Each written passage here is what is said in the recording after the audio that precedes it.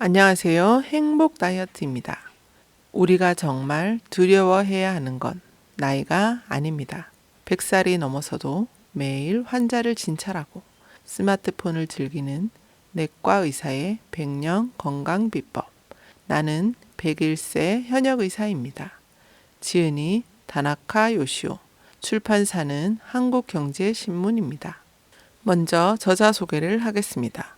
다나카 요시오. 76년째 의사로 일하고 있는 101세 의사. 아직도 현역 의사로 일하며 주 5일 환자를 진료하고 스마트폰으로 채팅도 하며 하루하루를 즐겁게 살아가고 있다. 이 책에서 그는 100살을 넘긴 나이에도 젊은이 못지않는 일상을 이어갈 수 있는 비법에 대해 이야기한다. 본문 내용입니다. 1. 규칙적으로 삽니다. 제 하루는 최근 몇 년간 거의 변하지 않았습니다. 아침 6시 반에 기상해 침대에서 10분간 체조를 합니다. 7시부터 아침 식사를 하고 8시 조금 지나면 출근을 합니다. 9시부터 진료를 시작해 12시 반에 오전 진료를 마칩니다. 2년 전까지는 낮 2시에서 5시까지 오후 진료도 했는데 지금은 오전 진료를 끝내면 집에 돌아가 점심을 먹고 2시부터 40분 정도 낮잠을 잡니다. 그 뒤에는 인터넷으로 일과 관련된 자료를 찾아보거나 라인, 모바일 메신저로 지인들과 대화를 나눕니다. 그리고 5시부터 30분 정도 산책을 하고 7시부터 가족과 그날 있었던 일을 이야기하며 저녁 식사를 합니다. 그 후 욕조에서 따뜻한 물로 피로를 풀고 10시 반쯤 잠자리에 듭니다. 거의 매일 이런 생활을 반복하고 있습니다. 제가 이 나이까지 현역으로 일할 수 있는 것은 이처럼 규칙적인 생활을 하기 때문입니다. 규칙적인 생활이 건강에 좋다는 건 의학적으로도 근거가 있는 얘기입니다. 첫째, 낮에 활발해지는 교감신경과 수면 중에 활동하는 부교감신경의 전환이 원활하게 이루어집니다. 매일 정해진 시간에 잠자리에 들고 정해진 시간에 일어나면 교감신경과 부교감신경의 전환이 순조롭게 이루어집니다. 만일 취침 시간과 기상 시간이 매일 다르면 교감신경과 부교감신경이 원활히 전환되지 않아서 자율신경의 균형이 깨져 건강에 이상이 생길 수 있습니다. 이 상태가 지속되면 불면증에 걸리거나 다른 여러 질병을 유발할 수 있습니다. 둘째, 소화가 잘 됩니다. 규칙적인 생활을 하면 식사 시간이 일정해지고 식사 시간이 일정해지면 소화가 잘 됩니다. 왜 그럴까요? 음식물을 소화하는 과정에서 많은 에너지가 사용돼 생각 이상으로 몸에 부담을 줍니다. 아무리 몸에 좋아도 음식은 우리 몸에는 모두 이물질이기 때문입니다. 소화란 몸 안에서 단백질과 탄수화물 등을 흡수 가능한 분자로 분해하는 과정을 가리키는데 소화관 운동에 의한 물리적 소화와 소화효소나 위산 등에 의한 화학적 소화로 나뉩니다. 음식물이 몸 안에 들어와 이러한 소화 과정을 거쳐 영양분이 되고 몸과 동화, 외부로부터 섭취한 물질을 몸을 구성하는 성분과 같은 것으로 변화시키는 현상을 하기 위해서는 많은 에너지가 필요합니다. 이때 정해진 시간에 식사하는 습관이 있으면 그 부담을 줄일 수 있습니다. 규칙적인 식사와 수면은 건강하게 오래 사는데 필수적인 습관입니다. 건강을 진단하는 가장 기본적인 척도이기 때문입니다. 가령 컨디션이 불안정한 사람일수록 허기와 졸음을 느끼는 시간이 매일 들쭉날쭉한 경향이 있습니다. 반대로 컨디션이 안정된 사람일수록 허기와 졸음을 느끼는 시간도 일정합니다. 따라서 건강하게 오래 살기 위해서는 규칙적인 생활로 몸에 좋은 리듬을 만들어야 합니다. 2. 매일 15분 일광욕을 합니다. 제 피부가 구릿빛인 것은 매일 산책할 때 나름대로 일광욕을 하기 때문입니다. 산책 이외에도 집 근처에 물건을 사러 가거나 사람을 만나는 등 이런저런 볼일로 집 밖에 나가 걷는 일이 많습니다. 가능한 한 밖에 나가서 걷는 이유는 하체가 약해지는 것을 막고 조금이라도 많이 햇빛을 쐬기 위해서입니다. 햇빛은 몸과 마음에 좋은 영향을 줍니다. 그렇다고 1시간, 2시간씩 오래 햇빛을 쐬지는 않습니다.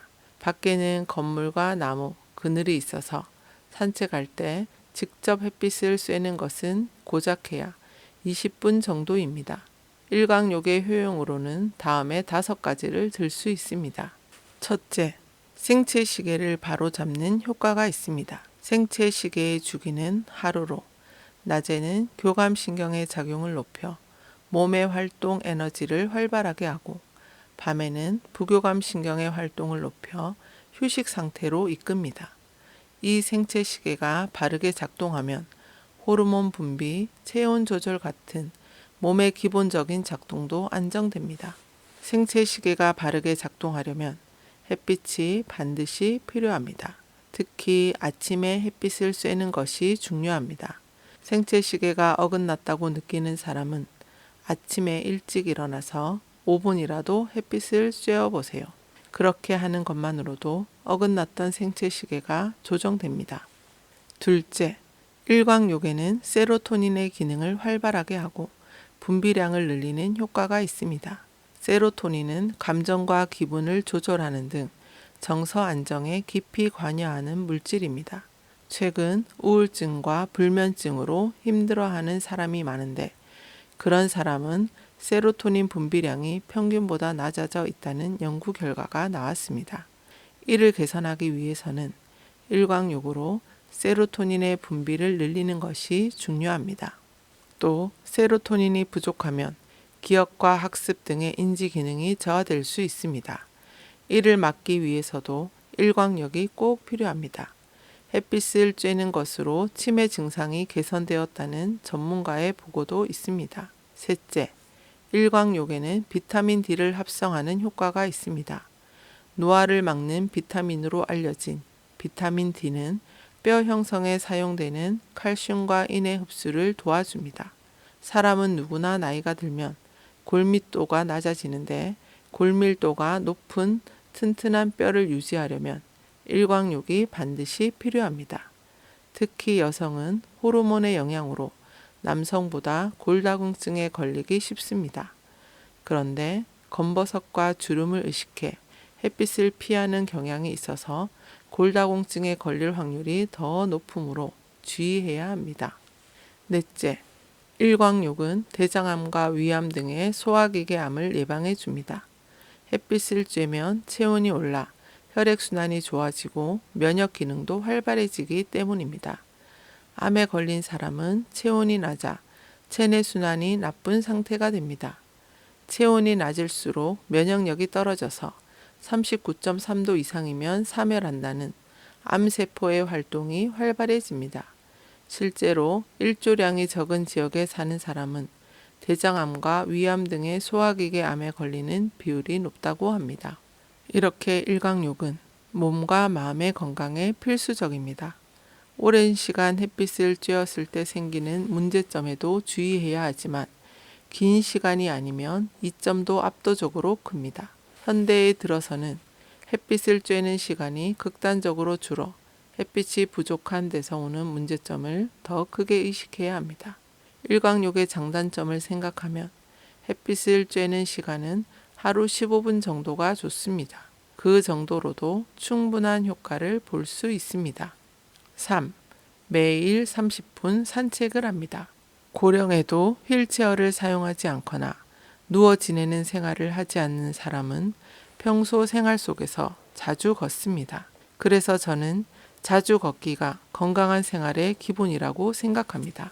나이가 들면 쉽게 지치고 다치기 쉬워서 밖에 나가는 것을 겁내기 마련입니다. 그래서 집안에서만 있는 사람이 적지 않습니다. 그러나 집안에만 있고 밖에 나가 걷지 않으면 필연적으로 하체가 약해집니다.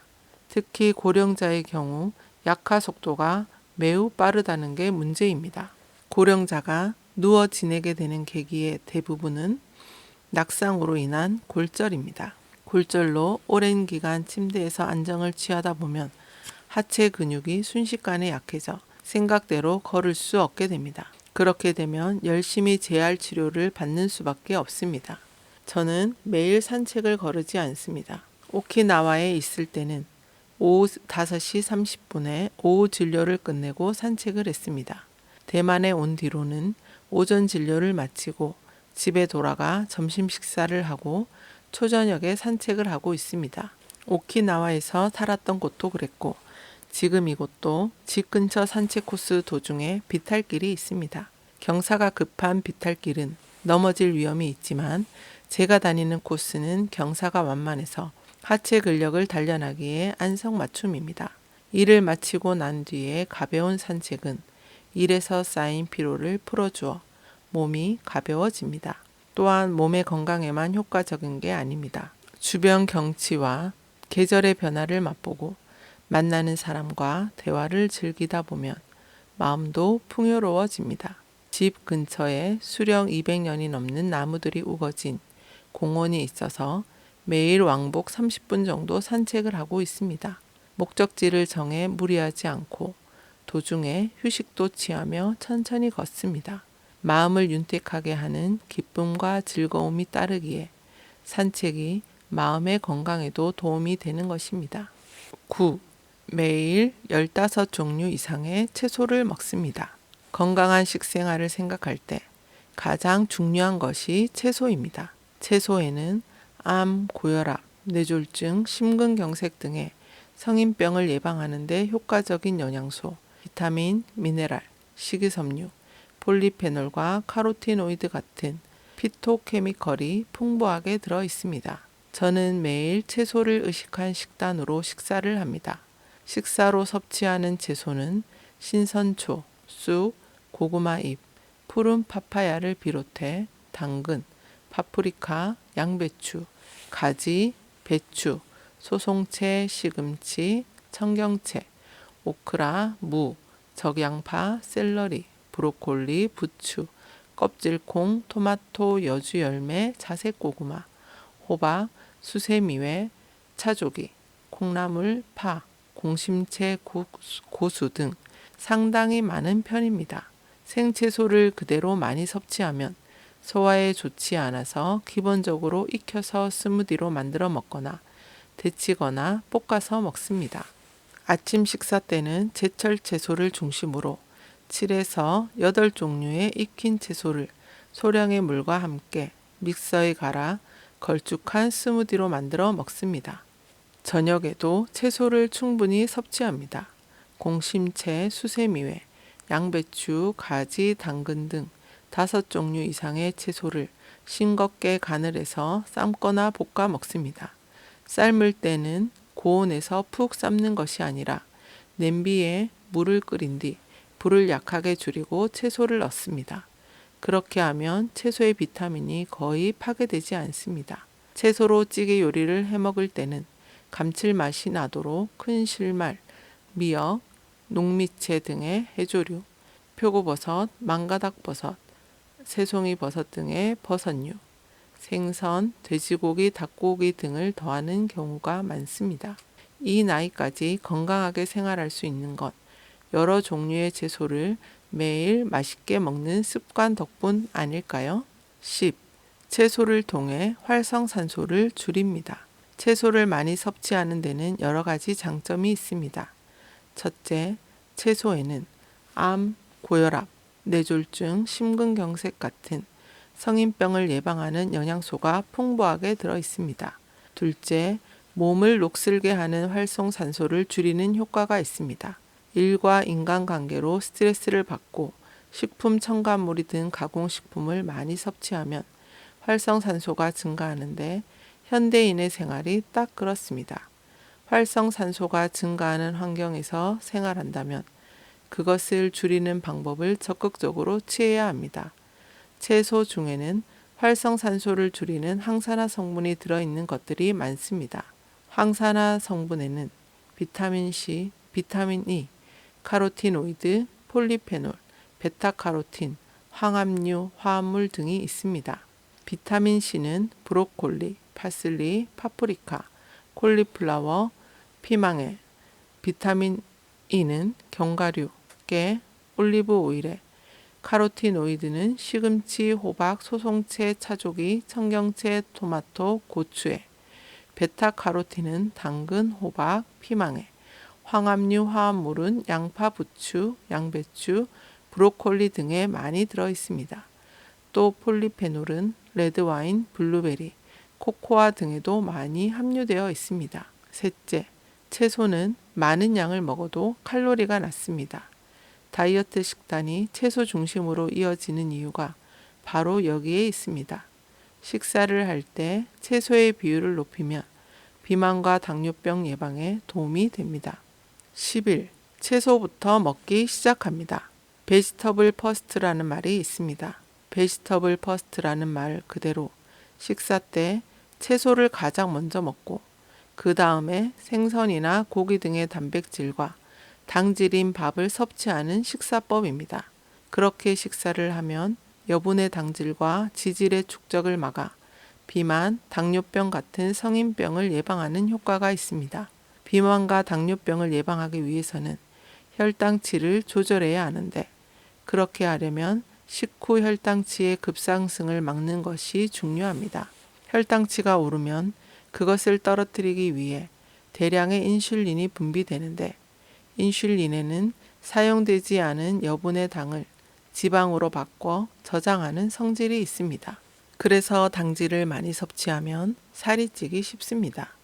또 혈당치가 인슐린으로 인해 급격히 떨어지면 뇌는 불필요한 공복감을 느껴 당질을 더 강하게 요구해서 과식으로 이어집니다. 채소를 비롯해 버섯, 해조류, 나토 등에 풍부히 들어있는 식이섬유는 당질의 흡수 속도를 조절해 혈당치의 급격한 상승을 막아줍니다. 따라서 인슐린 분비가 억제되어 지방의 흡수를 막을 수 있습니다. 또 식이섬유에는 노화 촉진 물질인 노화 단백질 AGE의 흡수를 막고 배출하는 효과도 있습니다. 저는 채소 중심의 식사를 하기 때문에 자연스럽게 채소를 가장 먼저 먹게 됩니다. 식탁에 고기와 채소가 있으면 맛있어 보이는 고기부터 먹는 사람이 많습니다. 하지만 앞으로는 채소부터 먹어보도록 하세요. 인슐린 분비를 억제하고 식이섬유를 충분히 섭취하기 위해서는 그런 식습관을 갖는 것이 중요합니다. 35. 웃음을 선택합니다. 웃음이 건강에 좋다는 것은 의학적으로도 입증되었습니다. 잘 알려진 것이 암 환자를 대상으로 한 실험입니다. 일단 실험 대상자들을 두 그룹으로 나눈 뒤 한쪽 그룹에게만 많이 웃을 수 있는 환경을 조성해 주었습니다. 일정 기간 지속적으로 만담 개그 프로그램을 보여주거나 모두 하하하 소리내어 웃게 한 뒤 면역세포의 일종인 NK세포의 활성도를 조사했습니다. NK세포는 암을 공격하는 습성이 있어서 NK세포가 활성화할수록 암이 빨리 치료되고 또 예방도 됩니다. 그 결과 많이 웃은 그룹이 압도적으로 수치가 높았습니다. 이 사실로부터 웃음이 면역세포를 활성화시키고 몸의 저항력을 높이는 효과가 있다는 걸 알 수 있습니다. 한편 면역세포의 활성화는 노화를 예방하는 효과도 있습니다. 신진대사를 활발하게 하여 조직세포의 노화를 막아주기 때문입니다. 웃으면 복이 온다는 말이 있는데 웃음으로 몸의 세포가 젊어지고 주위 사람들에게 호감도 주니 과학적으로 근거 있는 말이 아닐 수 없습니다. 제가 이런 말씀을 드리면 즐겁지도 신나지도 않은데 웃으라니 하고 생각하는 사람도 있을 겁니다. 하지만 속는 셈치고 웃어보세요. 그리고 반복해 보세요. 딱히 재미있는 일이 없어도 자꾸 웃다 보면 신기하게 즐거워집니다. 뇌과학적으로도 웃으면 뇌가 재미있다, 즐겁다고 착각한다고 합니다. 매일 3분이라도 웃는 연습을 하도록 해보세요. 지속하다 보면 그 효과를 몸으로 실감할 수 있을 때가 반드시 올 겁니다. 지금까지 들어주셔서 감사합니다. 행복한 하루 되세요.